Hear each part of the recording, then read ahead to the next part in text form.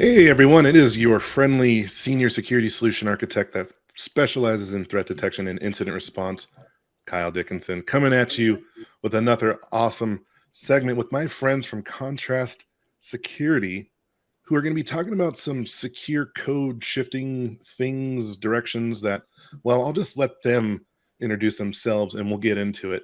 So I believe Ben was like, you know what? I'm going to throw the sword down. I'm going to introduce myself first.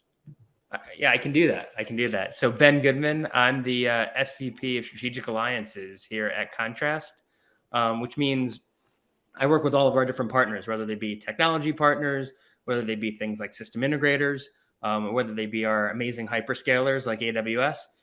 So that team, I lead that. And on my team is a guy that leads our ecosystem engineering. So I'll let him introduce himself, Frank. Yes, hi all, Frank Gasparovic. I lead our ecosystem engineering team here at Contrast. And so what I do is focus on building integrations to complementary solutions to extend the capabilities of the Contrast platform. So you used a lot of fancy, important words, but if we were to say, this is how we're helping developers be more secure, what would we say you're doing to help approach, our developers to then build better secure applications, or even just understand what's happening with their applications as they're running? Yeah, so I think it's really important to understand that what we do is we provide a complete application security and protection platform, right? And how is that different than all the tools that people have used in the past? And I'm sure everyone here that's a developer has gone and ran some type of static analysis against their code, like right before they're ready to ship. And then all of a sudden they get a tremendous amount of vulnerabilities. And then they end up having to slip their shipment because they have to go comb through all these vulnerabilities and find out which ones are real or which ones aren't. Well, what Contrast has really done is we've created some kind of next generation application security capability, which allows us to understand what vulnerabilities really exist inside of an application. And we do that by instrumenting the applications with agents that can tell while the application is running if or not it's secure. Now, I know, so we were talking the other day, and you were saying that, the shift left doing static code analysis during the build process, fine and dandy, but there's a different way that you're approaching that. Can you explain that a bit? Yeah. So the analogy I like to give, and actually I got to give our CTO, it's really his analogy. But the analogy I like to give is if you think about how we test whether or not cars are safe, right? We don't look at the blueprints of a car and say, okay, here's how it's built. Okay, it's safe. No, we actually build a car. Then we put a bunch of sensors in it and crash test dummies, and then we drive it into a wall. And I've always that wanted tells to us, see that done live, by the way. I would like to see that done live. It would be probably pretty exciting and probably terrifying as well. The traditional static analysis is like looking at the detailed blueprints of a car and utilizing that to determine its safety. What Contrast does is we are the crash test dummies. We are the sensors that you put all throughout a car. And then we crash it. And when we crash it, we can see, okay, here are the things that aren't safe. Or in the case of an application, here are the things that aren't secure. And we're not trying to project that off of what we see in the blueprints or in the source code. We're trying to do it after what really happens in a live app. And as a result, we can see that you go from tons and tons of false positives to only the vulnerabilities that matter. And what's really important about this is we see in our customers that, across the industry, the mean time to remediation is starting to get close to a year for vulnerabilities. Well, we see Contrast customers, it's a matter of weeks traditionally. And that's because they're only remediating the things that matter. Now, how is Contrast looking at driving security at each stage of the software development life cycle? Yeah, it's a great question. So, and I probably should let Frank talk at some point as well. But we look across the entire SDLC. We run at particular points, but we make sure that we give feedback to the developer as soon as possible and as specific as possible. And so, there's this whole trend around shift left, and with shift left, it's obviously about trying to get developers information as soon as possible so they can fix their code as early as possible. But the problem is if you're giving them bad information or too much information or not the right information, getting it early doesn't make it any better. And so our goal is to really give them the right information at the right time where they want to consume it. And so, developers want to consume it in one place. AppSec people want to consume it in a different place. Someone that manages ops may want to deliver it, consume it in another place. And so we make sure we get the information that the appropriate person needs in the appropriate place at the appropriate time, which actually gets to what Frank does. And I'll turn it over to him, building all these integrations that get people the information where they need it. See, and that's especially important. So in my world, incident response, getting the right amount of information, looking at a workload that could be impacted that's running an application. Was it a CVE or, a new code update that adjusted the security posture of this application to make this security event possible?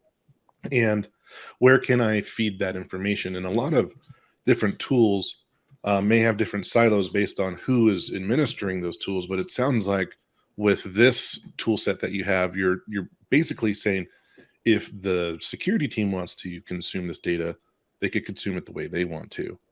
If the DevOps team wants to consume data in a particular way, that they could do that as well. I'll let you answer that one, Frank. Yeah, that's exactly right. Spot and on. actually, Yeah. and Frank, if this is a better opportunity to show us the awesome visuals and demo that you have, I have the power to bring that up. Let's do it. All right. On screen. There we go. Bang. I love it. I mean, that was impressive. Really.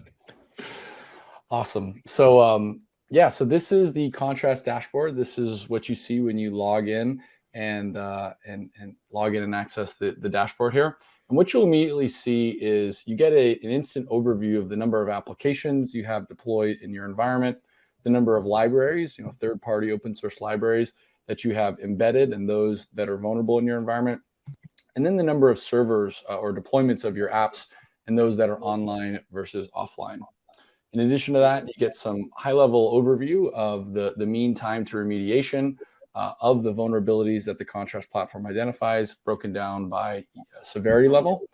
We also see the total number of vulnerabilities in lower environments. These are in dev and QA environments, and then also the number of live attacks that we're seeing in your production environments. And Ben alluded to it, but the sensors that we install in Contrast applications or in our customers' applications make it really easy for us to pull all this information out in real time and determine where attacks are happening in production environments.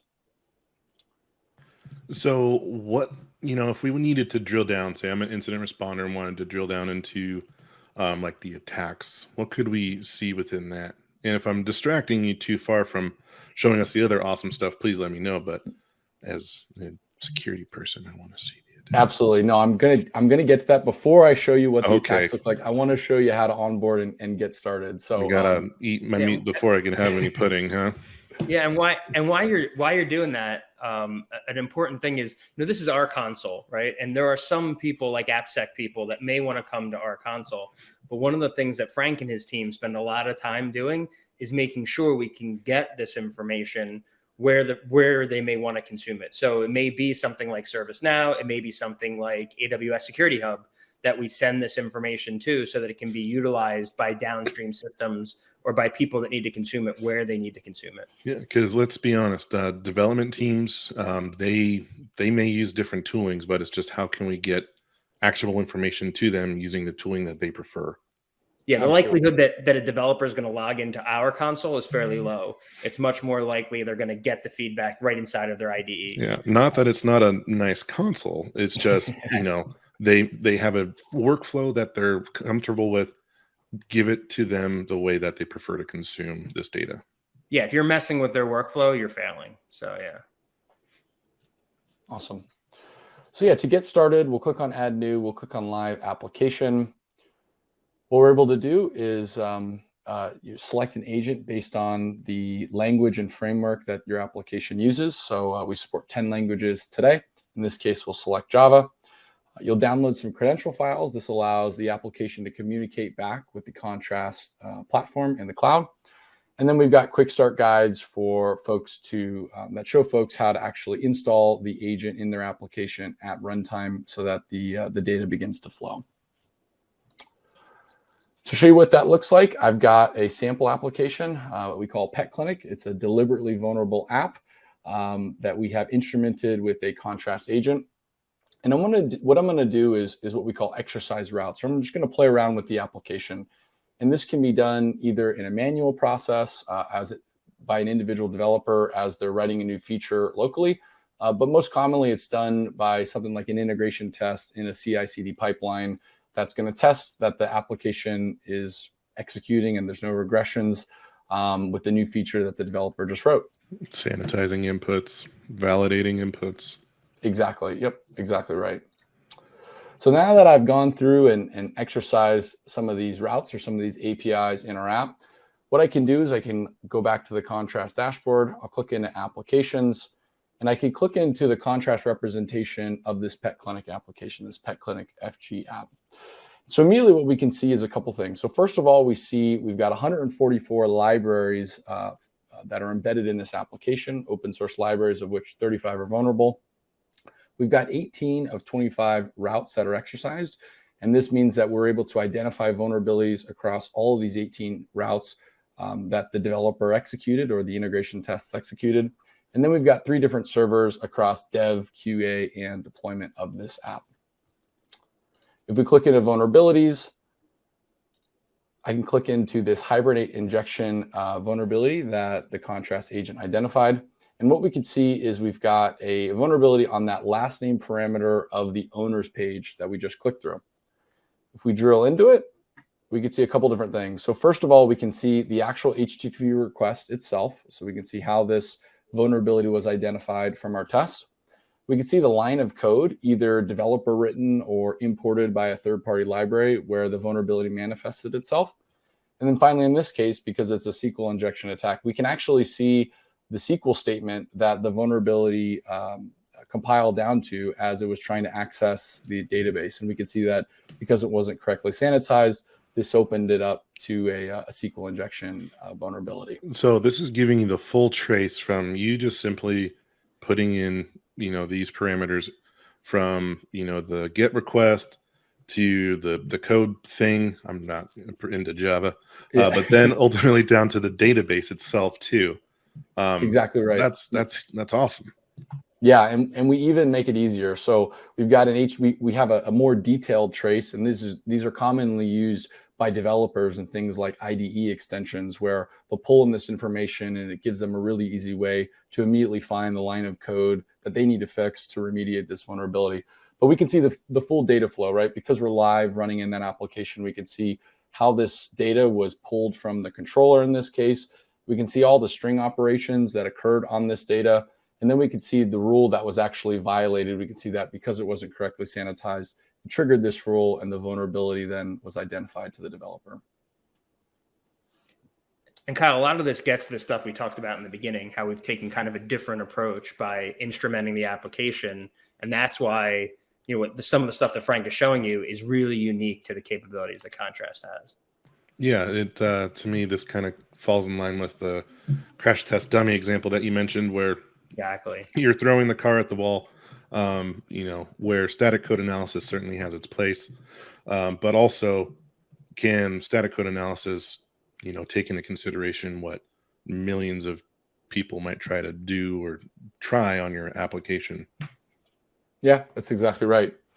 Yeah, and we try to make it really easy to verify that developers had successfully remediated vulnerabilities when they're identified. So in addition, we include the actual HTTP request itself, and you can replay the request so that you can validate that the vulnerability has successfully been remediated. So you're able to take the original issue, and after you've patched or done modifications to your code to basically mitigate this concern, you could say, hey, replay this thing that caused the fault, and then you could test and verify that you actually mitigated the issue. Yep, that's exactly right. Fancy. That's really cool. That, we've got even how to fix it. Come on, man. We're one step ahead. Yeah, we've got a couple of different approaches on how one might try and fix this vulnerability. And we have references, of course, to things like CWEs and OWASP top 10. So you can kind of learn more about why this is an issue and why this is something that should be fixed. then See, finally, this is huge, and this is always something that I have conversations with when it comes to different findings and alerts that can be generated from AWS is how can it be actionable? And the findings within like Security Hub, you mentioned you integrate with Security Hub. It includes the actions you could take to mitigate the finding or to address the finding instead of just saying, "Hey, here's a thing that is wrong, but figure it out yourself." You're providing this information up front, very similar to Security Hub, which is great. That is awesome. It's making findings actionable. absolutely. Yeah, developers oftentimes already have enough on their plate. So when we raise alerts, we want to make sure they're actionable and that folks can Yeah, fix they're them already in on the a next timely sprint manner. by something happens, right? It's like, Exactly. oh, put it to the backlog. Yep. Yeah, absolutely. And the final thing is, we've got notes and activities so that developers can collaborate and they can mark things as reported or not fixed or suspicious, etc. And you could even build a risk registry if it's just like, okay, we're going to accept that this thing can happen, but because of the ROI for fixing this thing, it doesn't make sense. Right. And oftentimes, there may be vulnerabilities in your application that may be mitigated upstream, right? You may have something in front of the app that potentially mitigates this vulnerability that, Contrast doesn't have line of sight into. And so we want to make it easy for the right folks to be able to mark Yeah. vulnerabilities. Or maybe even the context just doesn't apply to the particular type of CVE that is detected for a workload because it has to be truly publicly facing. But you might have a web app that is on a private subnet that this detected or something along those lines. Just that contextually aware, those contextually aware findings too. So that is neat. Now, how can you go back and report on all of the, we'll say, squelched findings or accepted? Absolutely. Yeah. So all the integrations, all the different data points that we push these vulnerabilities to are kept up to date as the life cycle of these vulnerabilities change. We push those finding results to all the different locations that developers, AppSec professionals, and IT folks need to know about so that everybody's in the loop. That is very important. And of course, it's like, duh, Kyle, it's security. No, it's important to be able to understand, as things change, do they still apply to your environment, but also being able to report on the risk that's been accepted in the environment. Just because, as a, incident responder, again, if something were to come up and it's like, hey, why was this CVE accepted? Well, here's the reason why. And then you might have a different path of your investigation or processes or even notification. So Absolutely. now you've mentioned the term servers. What really is the definition of a server for contrast? Yeah, it's really just an app deployment. So it's a live running instance of a binary that we have the contrast agent deployed into. Okay. And so that can be a number of different things. It could be a microservice, it could be a monolith, it could be a serverless function, a Lambda running in your environment. So it really means different things to different people, but we want to make it easy to represent that within the contrast dashboard. Okay, cool. So in a way, it's almost like sensors deployed. Exactly. Cool. Yep, that's exactly right. Awesome. So I know we're running short on time here. Real quick, I wanted to show you how we sort of take that same protection that we offer in dev and QA environments and promote it all the way up to production to block attacks in real time. So if we go back to the second tab, one of the things I wanted to show you was how we can actually exploit that SQL injection, that Hibernate injection vulnerability that we identified. So in this case, what I'll do is I'll drop in a Davis or 1 = 1 here. And what this should do is return all the fields that I have in my database for this application. So I'll click on Find Owner and we'll see. I can't tell you how many times 1 = 1 is like a team name of any capture the flag or like jam that we run at events. There's always someone, or drop tables. Right. Drop tables as well. So you'll see here we get, obviously all the owners, and I shouldn't have access to that as a non-privileged user. Now, if we go over to this third tab, we've got the exact same application, the exact same contrast agent, but instead of running in what's called assess mode, we're running in protect mode. This is simulating a production environment. So what we'll do is we'll go into Find Owners. We will, in this case, again, run Davis or 1 = 1. We'll try and click Find Owners, but in this case, we'll see something happened. A SQL injection attack occurred, and it was blocked in real time. So just kind of showing you how we promote that same identification of vulnerabilities to production to help our customers block those bad actors in real time as they're trying to take advantage of those vulnerabilities. And this isn't even like a web application firewall that's in line, like thwarting this. This is, you tried to do this, and the agent on the web app server, be it, EC2, Lambda, serverless, microservice, et cetera, said, no, you don't pass go. That's exactly right. Yeah, you could think of it as sort of an embedded security feature now running inside this application. We're able to report on the actual request itself, the location where the request came from, the HTTP request itself, and then again, we see the actual SQL injection attack that would have occurred had we not blocked it with the Contrast Protect agent. Gosh, that is so cool. Well, Frank and Ben, I appreciate your time so much today to show us what Contrast Security does for our running applications, and especially that protect mode. That is really cool. And again, from an incident responder perspective, I love seeing the details of the trace from, hey, this is how this was possible, and this is how it affected everything downstream and in between. Ben, Yeah, Frank, absolutely. thank you so much for your time. Y'all have a great day. Awesome, Kyle. Thank you. See ya. Thanks so much.